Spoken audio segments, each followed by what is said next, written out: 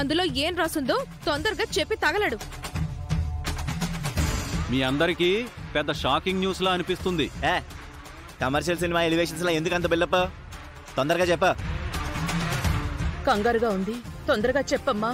ఉన్నట్టుగా చెప్తాను. ఇది వరకు నేను చెప్పింది నమ్మినట్టే ఇప్పుడు నమ్మండి.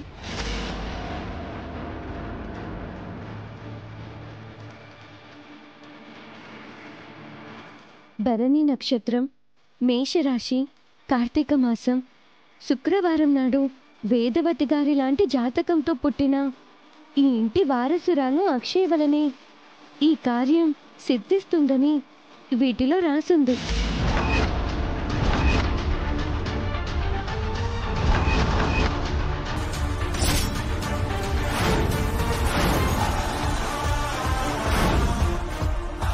మీ జాతక సమానురాలైన మీ మనవరాలి అమ్మవారిని లోపలికి తీసుకుని రాగలుగుతుందని తాళపత్ర గ్రంథాలు చెప్తున్నాయి.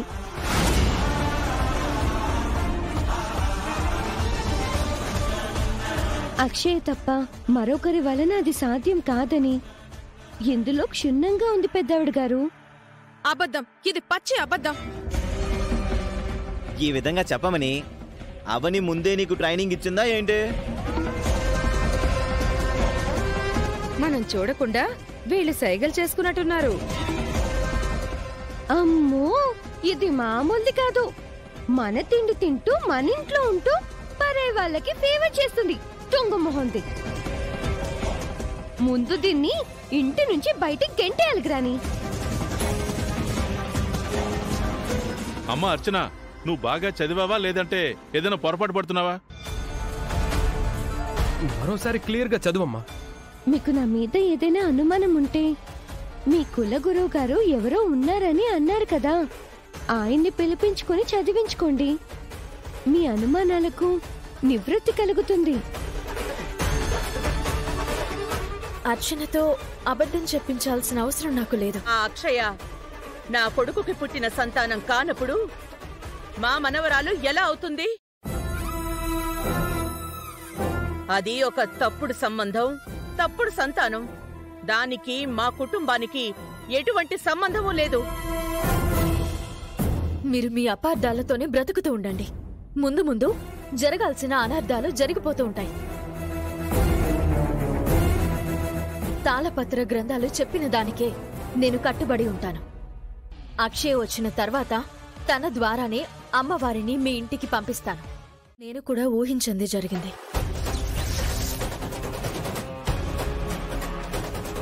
వేదవతి గారి లాంటి జాతకంతో పుట్టిన ఈ ఇంటి వారసురాలు అక్షయ్ వలనే ఈ కార్యం సిద్ధిస్తుందని వీటిలో రాసుంది.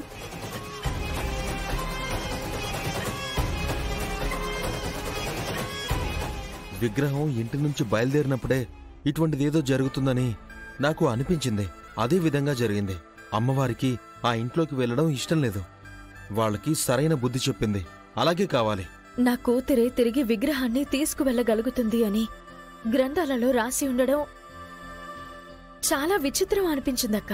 నేను ముందు నుంచి చెప్తూనే ఉన్నాను కదా, ఎప్పటికైనా ఆ కుటుంబానికి నీతోనూ నీ కూతురుతోనే అవసరం ఉంటుంది.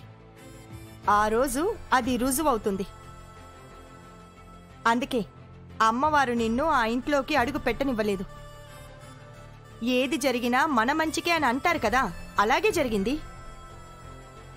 ఏ మనవరాలి మీదైతే తప్పుడు సంతానమని ముద్ర వేశారో అదే మనవరాలితో విగ్రహాన్ని అమ్మవారు రప్పించుకోబోతోంది. ఇది కదా మనకు కావాల్సింది. వాళ్ళు రోడ్డు మీదకి రాబోయే రోజులు దగ్గరలోనే కనబడుతున్నాయి. వద్దు బావా, అలా కోరుకోవద్దు. అమ్మవారు మన ఇంట్లో ఉన్నా సరే అత్తయ్య వాళ్ళు రోడ్డున పడే పరిస్థితి రాకూడదు.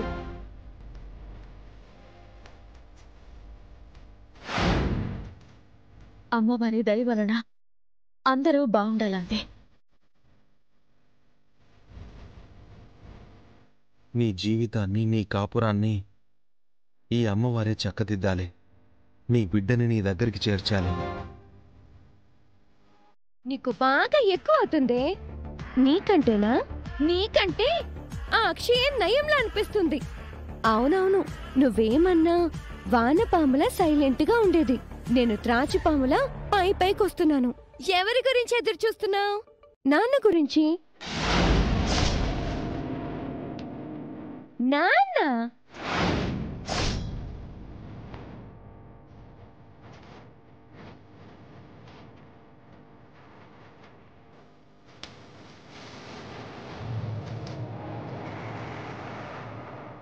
ఏమైంది? ఏంటి గొడవ? ఎవరి గురించి ఎదురు చూస్తున్నావని అడిగాను. నాన్న గురించి అంది. ఇక్కడ దీనికి నాన్నెవరున్నారు? ఎందుకలా అన్నావు? అది అది ఎవరి గురించి అన్నావమ్మా? శ్రీకర్ సార్ గురించి. ఇంతకుముందు అలా పిలిచేది ఒక్కతే ఉండేది, అది పోయింది. ఇప్పుడు నువ్వు కొత్తగా ఆ పిలిపేంటి? ఈ పిలుపు వెనక ఏదో మర్మం ఉందిరా కృష్ణ. అయ్యో రామా, అపార్థం చేసుకోవడానికి అందరికీ తొందర ఎక్కువే. అవునమ్మా, ఎవరు తొందరగా అపార్థం చేసుకుంటారో అని పోటీలు పెడితే ఒక్క బహుమతి కూడా మనోళ్ళని దాటిపోదు. అమ్మ నాన్నలకు దూరమైన దాన్ని. అవని గారిలో అమ్మని, శ్రీకర్ గారిలో నాన్నని చూసుకుంటున్నాను. అందుకే మాట వరుసకి నాన్న అని అన్నాను. ఇందులో తప్పేముంది?